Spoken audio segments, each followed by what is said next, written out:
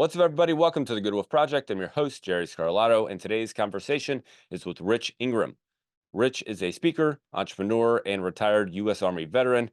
In this conversation, we talk about a wide range of topics, from Rich losing his arm on deployment to how he came out of his depression after losing his arm because he felt like his life was falling apart, the epiphany that he had that turned him around.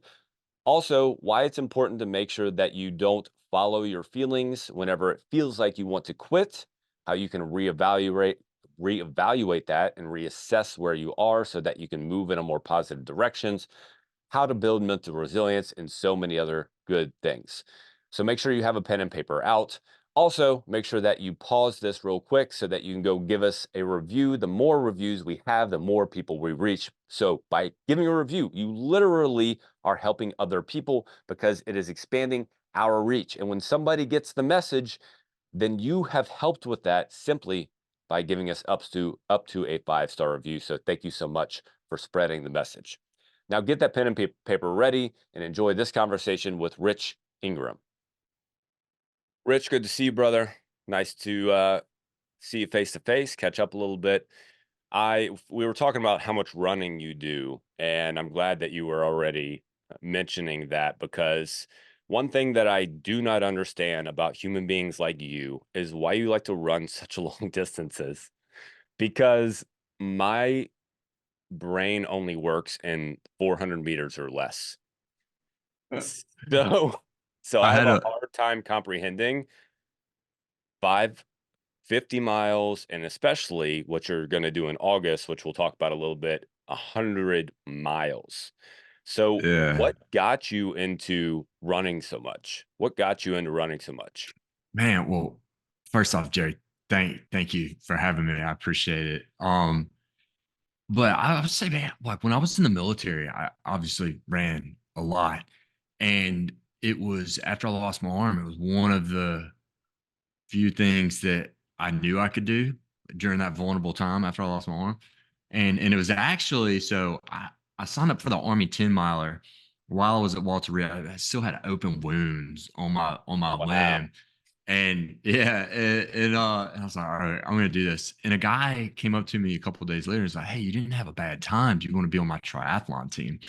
I was like, probably either swim in circles or drown with one arm. But anyways, that story set my rehabilitative journey just, and catapulted it. So running has just always been one of those things that's kept me sane, helped me with my emotional stability. I mean, none of us are ever out of the woods, right? So I mean, I suffer from PTSD, and anxiety, and so for me, it's how I show up positively in the world, right? I mean, Mm, if I don't get that run in, like I better be going to get some kind of workout, yep. because it's going down. and, so yeah, but that's why I do it. And now I guess my answer would be because I can. Um, it's just become a part of who I am. But yeah.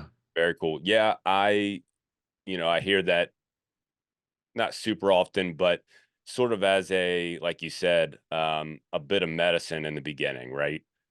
You find, luckily, either you fall into something or someone guides you into something, and you go along for the friend or for the group atmosphere, and then you get into it and you're like, man, I feel different when I do this thing. It makes me feel not, and we'll get into your backstory and why this is so important, but it doesn't make you feel the way that you are feeling.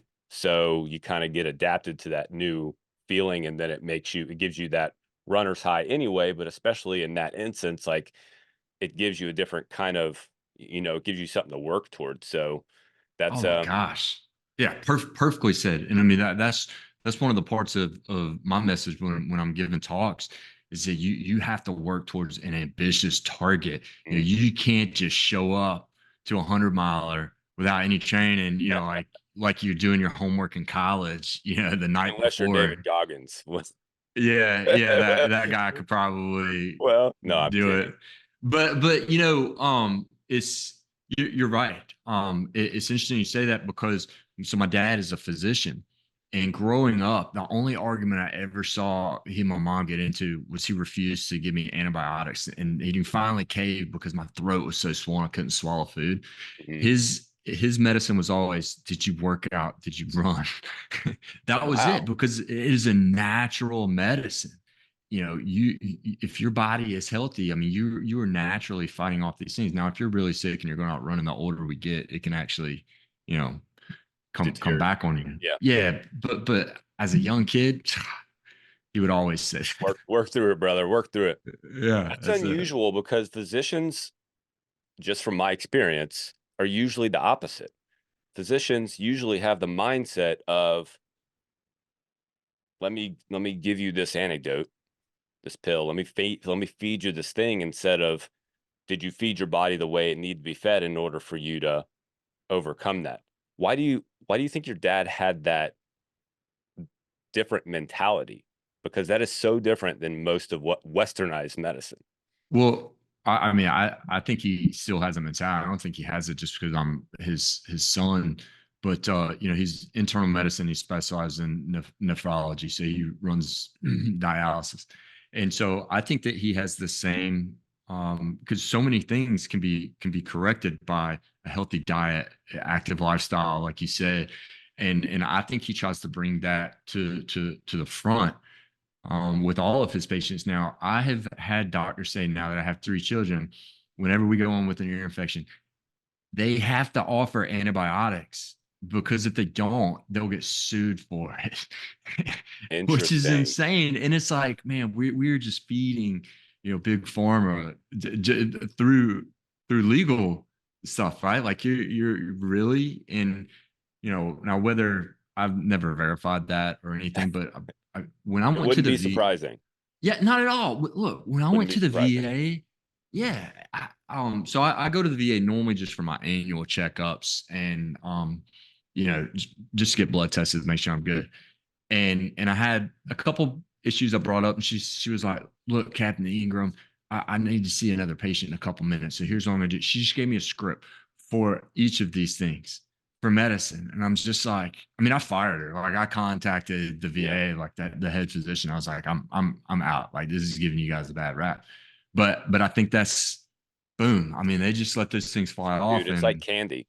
it It, is it is. it's It's incredible. insane. Yeah, That's another conversation, but we will get into an yeah, article that it you is. wrote where you did talk a little bit about big pharma. Before we kind of get into the bulk of your story, I want to talk about the beginning of your story. So, my belief is that a person's ability to be successful, and successful can mean a bunch of different things, and I don't define that only as financially successful. I just mean to fulfill the things that they want to fulfill, that they're striving to fulfill in the moment, maybe. A lot of that is predicated upon the parent's ability to teach independence and responsibility to the child. A lot of people look at kids from successful families and they think, well, that kid's successful because the family's successful. They think that it's just because it's core, they're connected with the Right. affluence of the family. Now, you, from what I understand, are from a relatively affluent family. I am from a relatively affluent family. You, it sounds like, and we'll get in, this is my leads up to my question. You were forced responsibility upon yourself to an extent. My dad did not as much force responsibility onto me. He hung on to me a little longer. He covered me up whenever I needed to be covered up. So it took me longer to figure shit out along the way, which is what it is. But how did you end up homeless? And I think that that helps us understand where this idea of building independence and responsibility into a child leads them down a path of resilience, which then potentially leads them to success in the moment. Yeah, wow, that's a pretty wild story. So growing up, I mean, my dad, I saw him as an outlier, and he is an outlier. He was gone when I woke up in the morning. He was gone when I went to bed at night. He didn't come to baseball games or anything like that. And I saw all my friends going on hunting trips and fishing, going to these tailgate parties and whatever else, college football game. We didn't do any of that.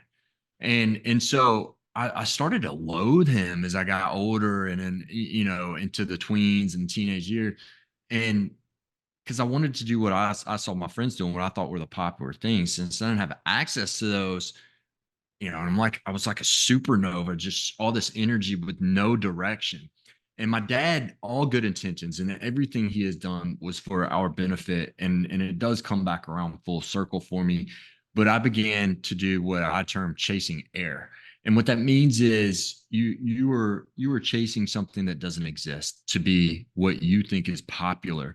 It's the whole reason why Audi makes an X6 or BMW makes an X1, X3. Oh, I'm going to go up level to the X8i or whatever it is. I'm going to get me a new Stanley so I can fit in, and whatever. Maybe they make a great water cup. I don't know. They seem pretty robust, but so the only thing that I had access to was alcohol and fighting, and so I just partied. I was a drinker and a fighter, and somehow I ended up getting an academic scholarship, which is pretty easy in Georgia. I'm not that smart. Mm. Um, to college. My parents said the only college you will go to is the University of North Georgia, which is one of 6 senior military colleges in the country. And because they knew that I needed that structure. And so I went. And after one semester, I had a 1.7 GPA. And I was double majoring in physics and engineering, and I didn't know that a lot of kids their first semester had a 1.7 GPA when they're taking those classes. And so I quit, and I called my folks up, and I was like, "Hey, I'm coming home." And they're like, "No, you're not." I had no idea what I was going to do, and so that's how I ended up homeless. I ended up sleeping in a tent next to Dix Creek in the North Georgia mountains, and it got so cold one night that the heater in my tent froze. I remember, and this was like right before Christmas because I got out in December.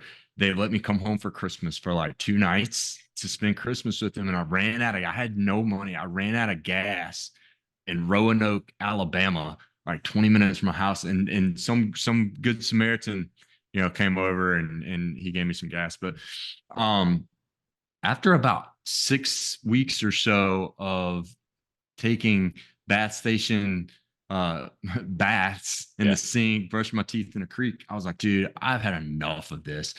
I really did like the military when I was in North Georgia. Like I really did. And so I went and signed up for a recruiter, or signed up with an Army recruiter. And I was like, look, I want to be an officer. I want to go back to college. And, that's what started the whole deal. So I called my dad, and he's like, you can come home under these conditions. And he said, you have to read a book a week, write a book report on it. You will be home by 7, no television, no alcohol, and you have to run and work out every single day. And he had a sheet that was weekly, like a weekly calendar with all the days where I would have to write in like what my plan was. And at the end of the day, I would have to write what I did. And he would actually sign off on it. He would grade my book reports. It was intense. And but after a few, it was tough at first because my friends like because I was back home. Hey man, let's go party, and I couldn't. But then, man, I fell in love with this routine. I was reading way more than a book a week. I mean, I didn't have what else was I gonna do? And so I started to notice that like I was becoming an outlier because I was just consuming knowledge. And when I got to basic training, I fell in love. I mean, I was very good at it. I had this physical prowess that was just untouched, and I had an amazing time. There's no better way that my dad could have prepared me for that. And that is when I found what I thought at the time to be my purpose was a soldier. And my dad got me to that point, but he's the one that made me realize, like you said, whatever you want to call success, that it's all relative. You have to be an outlier to transform and achieve what you want. And he taught me that. So that's how I That's ended up in the military, man. that's amazing, man. So it sounds like you and I'm very much the same way. I'm very much a process-oriented person. Like you stick me in a process and I can beat the crap out of that process every single day. Every single day I'll show up and I'll do it. These are the days that I work out. These are the days, and no matter what, I'm going to show up and I'm going to knock that process out, and that's what I'm going to do. And the second that that structure starts to get deviated, I can feel it. Tension starts to build up. Right. Tension Yeah. starts to build up in my head. I feel like things are getting out of control. I feel like it gets slippery. And that's when success to me starts to feel like it's like slipping away because I can feel myself making progress in that process. You see what I mean? Right. Right. Yeah. Yeah. So I'm curious, when you were falling in love with like boot camp, for instance, how many people say they loved boot camp, right? Why do you think that that was something that you enjoyed so much? You think that that's what it was? Like you just, that's what I was there and that's what I did. They told me what to do. I showed up for the process. I showed up for the thing and I could beat the shit out of this thing every single day if I needed to. What do you think it was for you? I do think it has a little bit to do with that. I need structure as well, which I think most humans do. Mhm. But I think it was, and which is part of my message, the pursuit of discomfort. Mhm. And the pursuit of discomfort, and you read any book on flow, the way that you achieve flow states is you have to, there has to be something that's challenging that you're focused on to truly achieve that flow state. And it's just like video games. I mean, I haven't played a video game since college, but you know w- you Same up you idea. keep up leveling, and they give you more points so you can get bigger and badder weapons. And so I think that's what did it in the military. Was it was more and more challenging, and I kept up leveling, and they kept putting me up against tougher guys, and it was tough. And I love that. And I think it's relative to being an endurance athlete, right? Like you keep leveling up, you keep getting uncomfortable, because as soon as it becomes comfortable, you're no longer growing. You know what I mean? And so the process, and I think it's interesting that you say that, because the race, the end state, the goal, that's just icing on the cake. It's the process is what it's about, not the product. So if you're not enjoying the process, why even put the product as a goal? Mm. You're going down, you made the wrong goal. So I think that was what it was about for me. Definitely that process, but that challenge. I mean, you gotta challenge yourself. Yeah, I think society focuses on the product. I love that, by the way. It's the process, not the product. Society focuses on the product. Weight loss is a perfect example of this. Oh yeah, oh That's why gosh. so many people fail losing weight, is because they focus only on the weight. Even if they get there 20 pounds, 50 pounds, 100 pounds, whatever it is, through whatever means, it doesn't matter. Gastric bypass, Ozempic, whatever. If they get there, they will almost always They achieve inevitably, something. Yeah. well, they did it, and then that's it. They will almost always inevitably go back because they don't understand that that's not the point. Right, right. The Oh point is not man, perfect. the thing, right? The point is the steps it takes to get to the thing and the person you become along the way. Yeah, absolutely. And I think golly, I can't believe drawing a blank on his name, but Atomic Habits. That's one of the things that he James talks Clear. about. James Clear. Yep. It's one of the things that he talks about in his book, right? Mhm. Is I mean, it's what you do day in and day out. And the only way, there's no 66 days, 21 days to build a habit. It's reps. You got to get the reps in, and your habits are who you are. Right. So you're not skinny if you just went and got surgery. I'm not a quick-witted person. That's why I really like the military and battle drills, so I can rehearse, and then things go well. But I actually wanted to toot my own horn, because I walked my kids into school, and this lady was like, "Oh, have you?" And it was right in front of a couple bigger people. And she's like, "Have you been working out? You look really fit. And are you trying to lose weight?" And I was like, "No, I have been working out, but I just want to be the best version of myself." And one of the big girls was like, "You know what? That's amazing." And I was like, "Oh, that was pretty good." I really wanted to just be like, "Look, I know I just didn't have another shirt. This one's too small for me." But yeah, I mean, that's it, man. The process. So the discomfort of it was the thing that you, and the main thing you enjoyed about boot camp. The hard work. The hard work, Yeah. the Well, effort of it. and your buddies next to you because they make it, like I don't want to be all cliche, but I'll never forget we had to do like this sprint something, and so drill sergeants, me and this guy's like, I don't remember his first name, his last name Baker. We did really well, and so they each gave us a 5 gallon water can, and they're like, now sprint around the track. So we sprinted around the track and we both finished up kind of good, and they were like, we didn't say stop. And we just Mm. we must have done like 3 guys, but with a 5 gallon water can. I mean, we were going all out, and it was just so amazing. Like when we got done, I was like, dude, that was brutal. And it was like it was so crappy, but it was so amazing that we were like doing something sucky together. That and I will say, not to be tangential, but when I was in pre-ranger school, it was like 2 o'clock in the morning, and the patrol leader put us down in this basically a swamp. And I mean, it's 2 o'clock in the morning. You're tired. You've been getting smoked all day, and this RI comes about up behind us. He's like, "Hey, Rangers, you're in a spider's nest or something like that." He's like, "Why don't you?" And he shined the lights, because they're like bright and the lights. And he's like, "Why don't y'all move?" And he walked off. We didn't even move. We were just so tired. And I remember rolling over, and I was like, "How you feeling?" And he was like, "I am fucking miserable." And I was like, me too. And we both started busting out laughing. Cause like, what else did we have to do? Where else did we have to be? We were miserable together, and it was fantastic. Yeah. You know, and so your buddies definitely make it. But like today, I had what's called a steady state run. And so you're not it's not a VO2 max.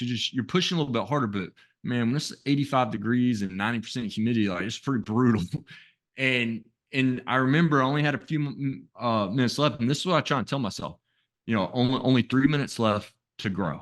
You only have 3 minutes left to keep getting better, because every part of this is me getting better for the next day and the next day, and that's what I try and tell myself. I mean, every time when things are crappy, it's just like I'm getting better right now, and it works most of the time, unless somebody hits a bomb on me or something. But yeah. Yeah, which kind of literally happened. So, let's talk about your overcoming that. So I actually didn't get into that exact part of your story because I wanted to hear you say, uh, you know, what happened and how you worked out of it. So were you deployed when you stepped on you stepped on an explosive device, or you just happened to be in the vicinity of an explosive device, or So what yeah. did that look I- like? You can talk about whatever so you're comfortable talking about, but I'm Oh curious. yeah. Oh man, keep it raw. I'm not Mhm. I'm not uncomfortable at all. So I was a rear gunner in a 4 vehicle reconnaissance patrol. So this was before we had the big vehicle, the MRAPs, the ambush protected vehicles, Humvees. So half my body is out of the vehicle exposed, and so we were just on a regular patrol. Now this was in an area it's known as the Triangle of Death, Oh, which kind of paints the picture. it does. Yeah. So from I think it was like What part of the world? You may have said that and I may have missed it. no, it's southwest of Baghdad, and so Okay. the triangle is Yusufia, Mahmudia, and Ludafia, and so it's named Triangle of Death. I think it was like 2004 to 2007, just for intense violence during that time. I Hmm. mean, it, you know, it was a lot. I don't want to get too gory, but Hmm. so now I will say this emboldened my purpose while I was on this first deployment of being a soldier. I loved it. I mean, love is an understatement of how much I loved this environment. And so on this one patrol, I'm on a 50 caliber machine gun. You got butterfly triggers on the gun, and heads on a swivel, just you know, checking my left right limits, making sure we're good. And we hit a roadside bomb. And you know, most of the time when that happens, the gunner doesn't survive for obvious reasons. You're outside of the vehicle, but we also got catapulted into a roll. The vehicle started rolling, and I just remember saying to myself, "Lights out, say a prayer." And because I knew that the likelihood of survival from that being a gunner was relatively low. And but I hit the ground. I was like, I mean, I couldn't believe it. I almost thought it was unreal. And when I look up, I saw my driver is now in the passenger seat of the vehicle, unconscious. And so when I went to move towards him, that's when I felt what I thought was just a break. I mean, it didn't really hurt that bad. It was just kind of a dull pain. And I remember keeping my eyes on him and taking my right hand and just trying to feel for the break. My hand just missed my arm. Like, I mean, I can't even describe that feeling. And when I look down, my arm is hanging on by something no bigger than your pinky finger. And, it's just like now it's going back to I'm about to die again. So I picked my arm up and just ran with it. And so I ran with it. Look, we weren't in a firefight. We had taken some small arms fire, but nothing else. And that kid, that driver, 18 years old, his name's Spottis Wood, knew exactly what to do. I mean, we had rehearsed this battle drills. Again, it just kicks in when you rehearse things. And he put a tourniquet on and saved my life. And so, one of the things I will never forget about that as well is one of my best friends came over, Paul Saylor, and he held my hand like the entire time we are on the ground waiting for the chopper to come. And when the guys put me on the stretcher and carried me over to the chopper, he was like, as much as you can whisper with, prop wash or, rotors, he's like, guys, watch his arm, watch his arm. It was like falling off the stretcher. But when they put the stretcher on the helicopter, he let go of my hands. Like, all right, man, I'll see you soon. And he was killed a month later. And like, I mean, I remember when I found out about that, I was in the hospital and I'd never understood, like, are you sitting down when someone told you something? I mean, like, I love this kid. And so that was brutal, but that was the kind of environment that we were in at the time, And so from there, when I got into Walter Reed, because I was in Baghdad, they flew me to Walter Reed in Washington D.C. I rolled in, and my mom was there with my fly rod. But I remember when I first woke up, I look over at my limb just in bandages, and I mean, I try not to cry, right? I mean, all the purpose, everything that I've been through in my life, finding my identity and who I was and where I was going, the goals that I had, my vision of being, I wanted to be in Delta Force or whatever they name it now, and all these things, all that vanished. Having a wife or kid. I mean, I saw myself as a monster, another guy on the corner asking for your money, right? Just another homeless veteran. But it was that fly ride that was, symbolistic to my rehabilitative journey and my mindset into, from what am I going to do now to whatever it takes. And, uh, my mom brought it as her way of saying life doesn't have to change for you. And so, you want me to tell you that story of how Yeah. with the fly rod? So, it's a four-piece fly rod, and fly fishing rods are not like a bass, like you can use one hand with your thumb. I mean, Mhm. you have to strip line and all this stuff. And so my cousin took the rod with me down to the front lawn of Walter Reed, and I started casting or trying to, and I started crying. I mean, I because one other thing that I had identified with had been taken away, and so as a grown man, I started crying, and he consoled me, and he was like, "Look, let's just keep trying. There has to be a way. What if you do this? What if you do that?" So, man, I just channeled all of that, and I did not leave. I refused to leave that front lawn. And we figured out that I could take my teeth and strip line with my teeth and cast with just manipulating the line with my two fingers right here. And as soon as I did that, my I wanted to cry again because I was so happy, but my mindset changed from what am I going to do now to whatever it takes. I'm going to keep moving forward. And that is actually when I went shortly after, because at the time I was still connected to IV tubes and a wound vac. But shortly, like a week later, I went and signed up for the Army 10 miler. And I was like, I'm getting back in this thing. I write my story. Nobody else does. And so that's how the next chapter started. Ooh. I just got the chills. So, This, thank you for your service, by the way. oh man, you're welcome. Uh, Absolutely. appreciate it more than you know. I, I don't even know where to start with that. The I got the chills when you just said essentially what happened is you had a glimmer of hope. You figured out the Yeah. past and you just had a glimmer. Up until that point, between the explosion and that point, everything was being stripped away from you in your mind. That's right. Everything was being stripped away from you. It's like a cheese Understandably. grater. Most Yeah. people most people would go, "Yeah, makes perfect sense." Like, you lost your arm, of course. Why would you not feel bad about it? Why would you not think that your life is all of a sudden over? Why would you not? Why do you think, was it just the glimmer of hope that sparked you to then turn things around? Had you built up some level of mental resilience before that and it was hiding, and then once the glimmer of hope came, it just sparked and woke you up?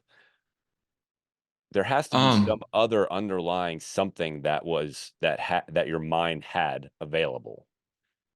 so I think that golly, I can't remember what this term was called, but anyways, I won't get on that. But they say it's where, instead of going into depression, your traumatic event puts you into a Mhm. positive way. Can I cuss?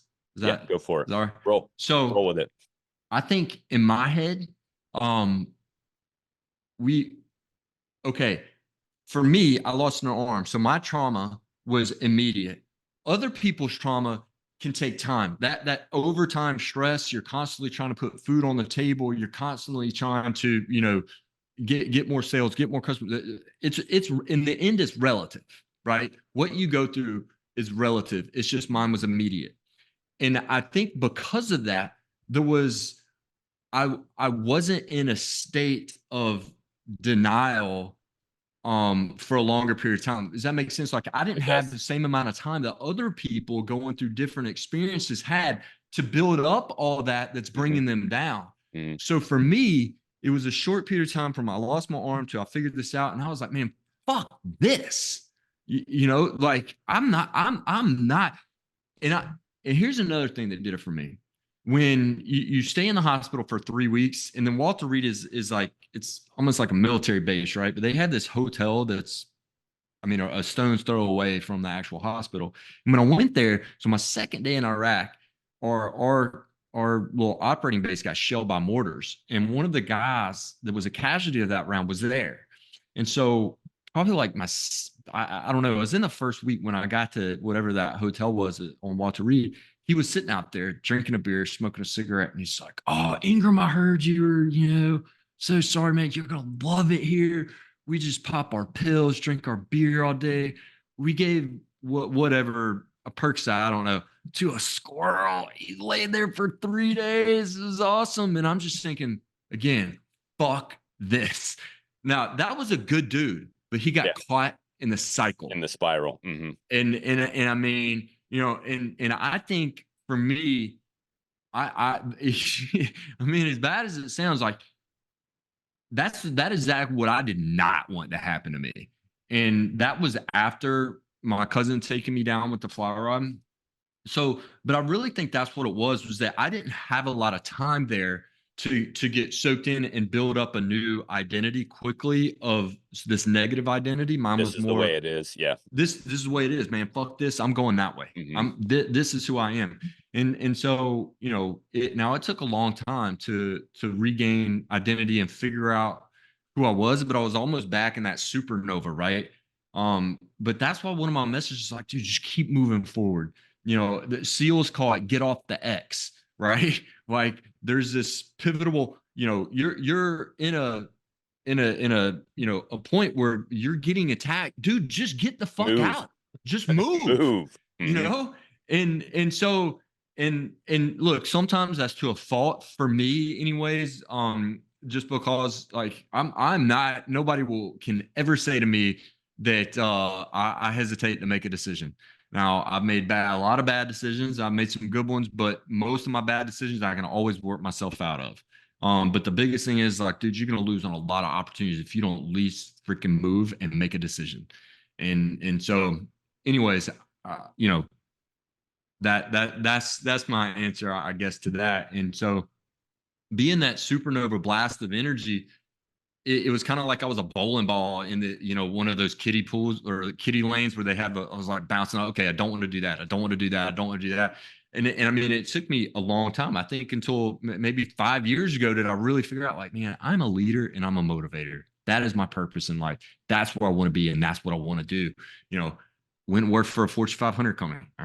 That's not. I'm not that. Went and started my own business. I'd rather cut off my right arm than be in sales. I know You that know, feeling. yeah, yeah, and Yeah. and so it takes a while to figure that out, but I think that's what I like about being a motivator is that I lost my arm and went through all this shit to figure it out.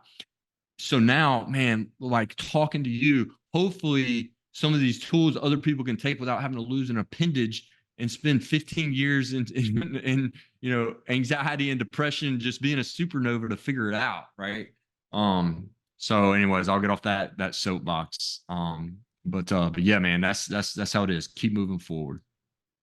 Post-traumatic growth might be what Mm, you're thinking mm, about. mm-hmm. Post-traumatic growth. So That's it. That's exactly most right. people talk about PTSD, which I'm sure you have potentially some level of that as well. That maybe comes and goes, but post-traumatic growth is just the opposite of that. What you're saying, instead of letting the traumatic experience send you down a spiral, you Right. let it flip you upside down and send you up a spiral. Exactly. And again, I mean, I've found myself in the fetal position on the couch more times than I care to admit, which I'm fine with admitting. Couldn't care less. But um, we're never out of the woods, none of us ever. But I think that just goes to show that it's all part of the journey. Everything that we feel, all the anxiety that we feel, the ups and the downs, the huge wins and the crappy situations, they're all the same. They're all equitable. And not one person alive on this earth that is clinically sane is not feeling all of those emotions that are on that spectrum. So as soon as you can realize, as soon as you can work out in your head that it's all part of the journey and this too shall pass, and it's serving you a purpose, it makes it all the more easy. And it makes you can turn those emotions that are putting you on the couch into a catalyst for growth. Don't let that opportunity pass. I've said it before, but I have a method that I use. I carry this. My wife always makes fun of me because I'm still a composition notebook guy, Hmm. and it has Analog all. guy, yeah, I'm the same Yeah, way. yeah, Yep, right. dude, Floppy same way. drive. Uh, and, Floppy drive. yeah, and Uh, but there's a lot of people listening to this that won't get that joke, by the way. yeah, I know, yeah, yeah. Well, It's okay. um, just think Nokia phone.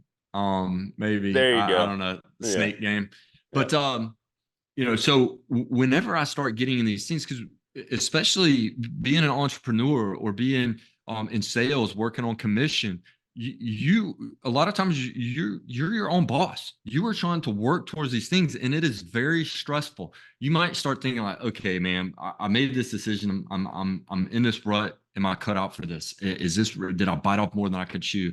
And you start telling yourself these things, and you get anxious about it, and now your performance is degrading. Every time that anxiety hits me, I follow this method. One, if I can, I'll try to meditate. I pull out the Calm app. I'm a huge proponent of that. Or I'll just do some breathing exercises for a few minutes if I can, just to try and level out. But then I write down one, what am I feeling right now? This is exactly how I'm feeling. I'm feeling that blah blah blah blah. Maybe I need to go get a real job. Maybe I need to go, get a salary job, whatever it is. Two, why am I feeling this way? Well, because I haven't made a sale all month, or because nobody has gotten back to me on the client meetings that there's whatever it is. Three, okay, are you following your plan? Like this is literally what you're doing right now. And here's where the pivotal point. You either say, okay, when I was in a non-emotional state, I made this plan and here was my strategy. Okay, so in number three, am I following that? Yeah, I'm doing that. Okay, well, stick to the plan. But you also might realize that, okay, well, I could do more here. Here, I could add something here. And then what we look at is the last thing is positive affirmations. But in that number three, what we just did is we just either confirm that, hey, we're on the right path. This is part of the journey. This anxiety that I'm feeling. Let me get my bat. Let me get back at the plate, right? Or during that third step, we're saying, oh, I could add a couple more things. So, tomorrow morning during my planning period or whatever it is, let me relook at this. Let me relook at the strategy. And then I'm looking at I'm just a fan of what you tell yourself is who you become. I don't care what anybody else says, but I just don't care. That it is true. But what you just did in this exercise is, dude, you may have just struck out, but the game ain't over. You are back at the plate and you're ready to roll. And I promise you, it works 100% of the time. And so, what you just did is you took yourself out of that fetal position, out of the doldrums, walking around, thinking about all this other shit that your head can't get straight. You just took alpha brain without the pill, right? And you're back on track. So, anyways, again, I'm very passionate about that exercise because nine times, for me, 10 times out of 10, it works. I love that so much. So the analogy that I like to use is being in a fire. We all are on fire. The question is, how well can you regulate your fire? Some people Right. regulate it well, some people don't regulate it well, but we all think that we're the only ones on fire. We all think that we're the only ones that are set ablaze. And you can't make good decisions while you're on fire, while you're like really set ablaze, right? Like in that moment, what you're talking Right. about when no one's calling you back, when you're trying to connect to people and they just keep saying no, when people aren't showing up for their appointments, and those kinds of things are just like falling down the drain and it feels like nothing's going your way, you're on fire, like just absolutely lit. And in those moments is when people let their thoughts and their feelings dictate their actions instead of what they say they're going to do dictate their actions. Because, and I still have this happen somewhat regularly, but I love the process you just said, and I am going to implement that actually immediately. Um, I do some bit of it, but I don't do the exact structure. But what most people will do is they feel a thing and then they act. And usually the action is quitting or slowing down. And when you slow down, what do? You lose momentum. You go down. You go down. Yeah, there you go. That's beautiful. So what you're talking about allows you to get back into action, or allows you to understand that you set a process. This is what you said you were going to do when you were not in the fire. Now that you're in the fire, you have to recognize that that's all it is, and that you said, here's what I'm going to do. And all you have to do is get back to what you said you were going to do. As long as you recognize there might be some things that need to change, but you need to decide that when you're outside the fire, not when you're Exactly. sitting here. Right. Right. Right. So What? go ahead. Well, I was just say, do you do you follow Jesse Itzler at all? No. Jesse Itzler, he's known for Kylie Sarah Blakely. You know her. She Hmm.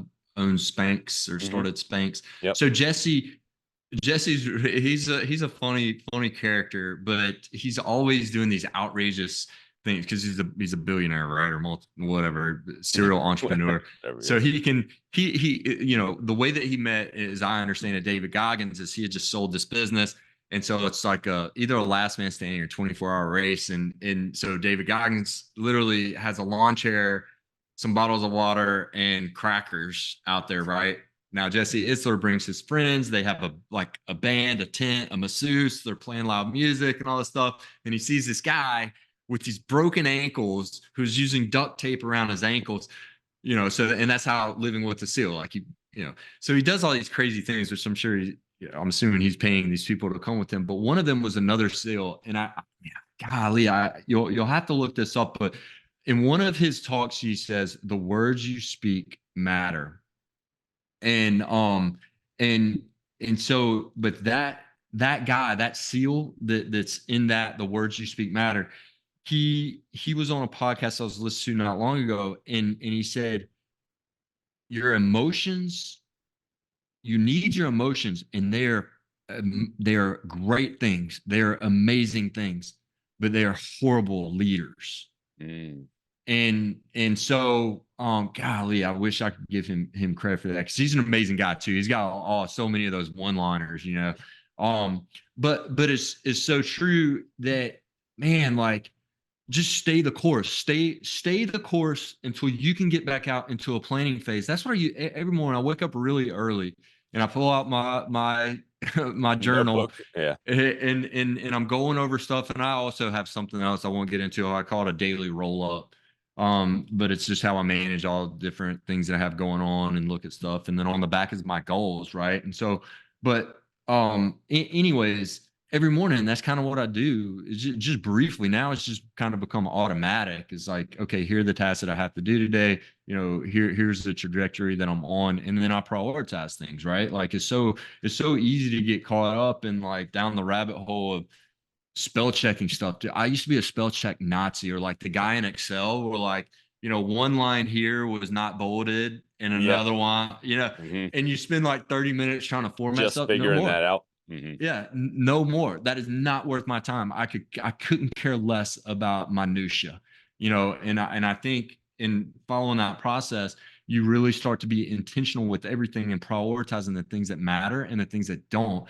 And also by doing that, when these things hit you, whether you want to call them fits or not, don't let them pass. Use them as that opportunity for growth, because what you just did is you just identified maybe a gap, or that, oh my gosh, I'm on the right path. Yeah, let's do this. Um but you become so much more intentional. You don't have time to sit around and rest on your laurels, or keep living in the doldrums. um which is kind of another topic, but that's why I love endurance sports. They take up a lot of time. I mean, because it's not just, okay, you're going to go train and run for 4 hours today, but you need to watch what you eat. You need to watch how much you sleep. You need to watch, your stretching, how you're recovering, all that stuff. Well, guess what? I have a family. I have a job. I only have so much time in a day that I have to do all these things. I don't have time for random banter at the water machine or the coffee machine, or whatever it is. I'm going to be intentional, because this being an outlier is how I'm going to continue to be successful. So, anyways, another soapbox that That's I got great. on. No, that's great, man. I know, I'm totally with you. I think most of us have a prioritization problem. We don't have a time problem, right? We just we have our Yeah, family and things, the totally. things that we need. We have our family, and we look at those things, and we go we we say, well, those things take up all my time, but we don't look at the things that we could delete out of our life that do take up a lot of our time. And Yeah, but we make excuses for those things. Well, the phone helps me relax my brain and it gives me time away, or Netflix helps me with XYZ, whatever. It helps me just sit. I can veg out for 2 hours. You don't understand what you're doing. You don't understand how that is not, it's not as productive as you are convincing yourself, trying to convince yourself that it is. And how if you shifted that energy to something else through physical energy, that you would actually not only be feel better, but you would be able to give better to those around you. absolutely. You show up positively in the world. I have got to do some kind of reminder for remembering names. But I was on a, in a meeting with a guy, and very, very successful dude. And he, I asked him, because what I love to know about these successful people is, what did your day to day look like? Hmm. What are you? And he said, the first thing I do, and he had his bike behind him. He's like, the first thing I do is I hop on that bike. He has a stationary trainer in his house. I hop on it and I turn on a nasty TV. He will not allow himself, because he said, I have a bad habit. And one of my habits is I get sucked into a Netflix show. So I made a deal with myself. The only way that I will watch that show is if I'm doing something positive for myself. And so for 30 minutes, he, you know, veges out, so to That's speak, on a smart. stationary mic. Yeah, yeah. Hmm. And I mean, he Yeah, gets both of them. He can do that. I would probably be like, watch this no dirty doubt. show. Yeah. Um, No, but that's but smart. yeah. That's a good little hack. So I'm curious how in all of that you need to become aware that you're going down the rabbit hole, right? You need to become aware that the emotions hit you and that you're starting to make another decision that's not going to support who you're trying to become and what you're trying to do. How do you start to become aware? So for me, I mean, I can feel it physically. Hmm. And I think that if you can't feel those emotions physically, start meditating, and you will. Because it kind of teaches you to you know I guess to merge your mind and body, and you can start to feel your emotions. So for me, like I feel it in my chest, like it's just almost like a butterfly type feeling. But also, um, I mean, it maybe it's just obvious for me now. I don't know, but if I start thinking negatively, or thinking that I don't want to do something that I know that I need to do, I'm like, okay, hold on, what's going on here? Like, what is happening? That's a trigger, right? I mean, I normally have a lot of energy, and so if I'm de-energized, like something is happening, and I need to do a reset and figure it out. So I think that would take many different shapes and different people depending on who you are. But as soon as you start to notice a change, one of the most difficult things is yes, keep moving forward, but also when you identify that that's happening, stop. Mm. you know Stop, let's do something about it. It's almost like, okay, keep moving forward, but if you don't know which road you're on, like, maybe it's not a good idea to keep moving south. If that's where the enemy is, you might need to stop and look at your map and then go back north. So I think that takes many shapes, but that's how it is for me. I mean, I can physically feel that anxiety when it starts to come on. So it's funny now that we're wrapping up. We talked about two almost completely different things. In the beginning, we talked about getting off the X. So if you're doing something that is just making you miserable, don't just sit there. Get up, move, do something. Get yourself into action and do something.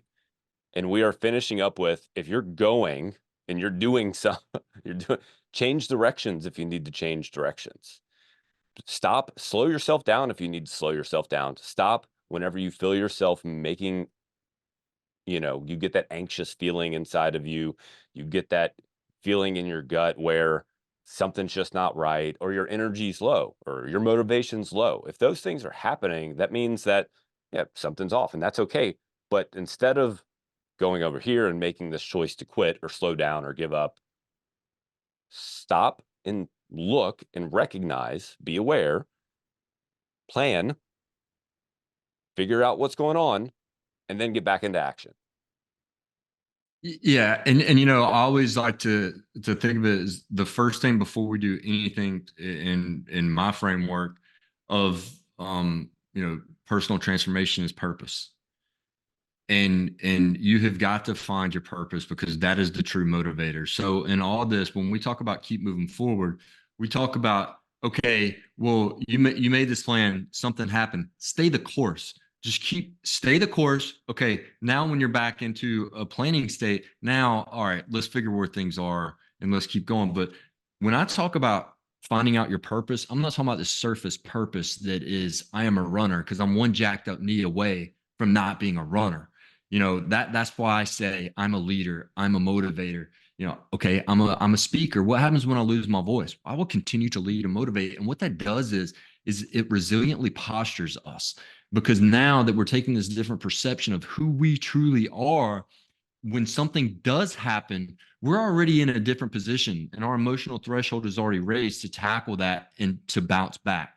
Because we know that if we continue to do things that help us lead and motivate, because that's who we are, well then boom, we can keep grabbing those things instead of having our decreased emotional threshold. So for me, that purpose is the true motivator. Willpower is horseshit. It is a part of your brain that is like it's a muscle and it's like a gas tank. Every time you hit that pedal during the day, that's why when you get home at the end of the day, instead of making a salad, an avocado salad, you go for the Lay's potato chips because it's executive functions, right? Judgment, planning, decision making, all of these things that you've depleted during the day, you got nothing left except your purpose.